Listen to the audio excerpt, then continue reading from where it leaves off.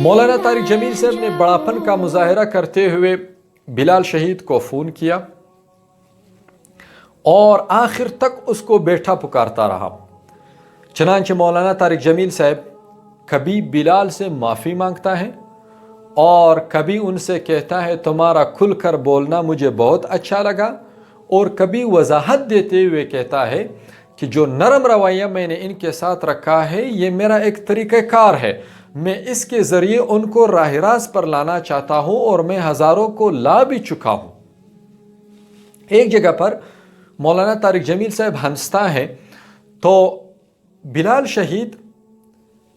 کہتا ہے مولانا صاحب صحابہ کے ناموز کی بات ہو رہی ہے اور آپ ہنس رہے ہیں۔ مولانا طارق جمیل صاحب ان سے کہتا ہے بیٹا تم بہت غصے میں ہو،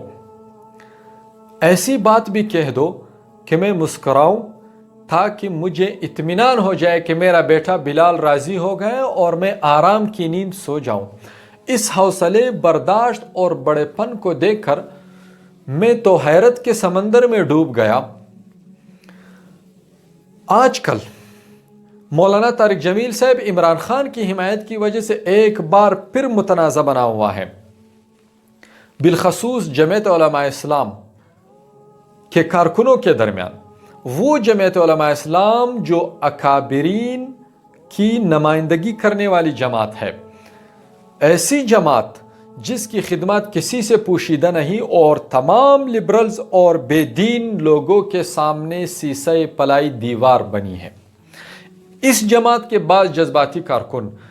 عمران خان کی حمایت کی وجہ سے مولانا طارق جمیل صاحب کو برا بلا کہتے ہیں۔ ان کی خدمت میں عرض کر دوں،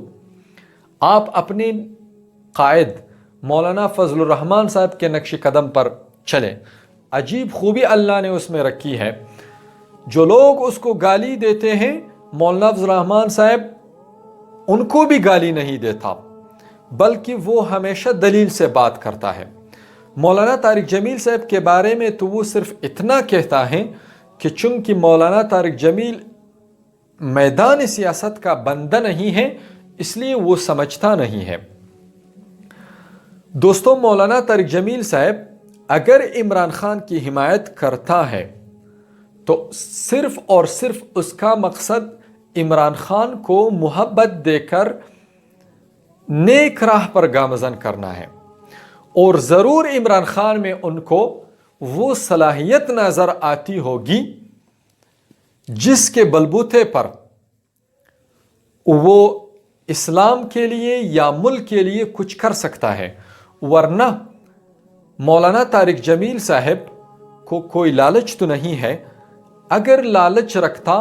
تو نواز شریف یا زرداری سے رکھتا، عمران خان سے بڑے بڑے مالدار موجود ہیں ان سے رکھتا۔ مولانا طارق جمیل صاحب کو عمران خان سے کوئی دنیاوی لالچ نہیں ہو سکتا، بلکہ سب جانتے ہیں کہ پاکستان میں آنے والی نئی تبدیلی سے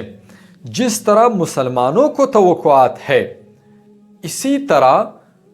یہودی اور قادیانی بھی اس نئی تبدیلی سے فائدہ اٹھانا چاہتے ہیں۔ تو مولانا طارق جمیل صاحب محبت دے کر عمران خان کو ان کے چنگل میں جانے سے بچانے کی کوشش کرتا ہے، اور ہمیں یہی نیک گمان رکھنا چاہیے۔ لہٰذا ہونا یہ چاہیے کہ ہم یا تو مولانا طارق جمیل صاحب کا فلسفہ محبت اپنائیں یا پھر مولانا فضل الرحمن صاحب کا فلسفہ دلیل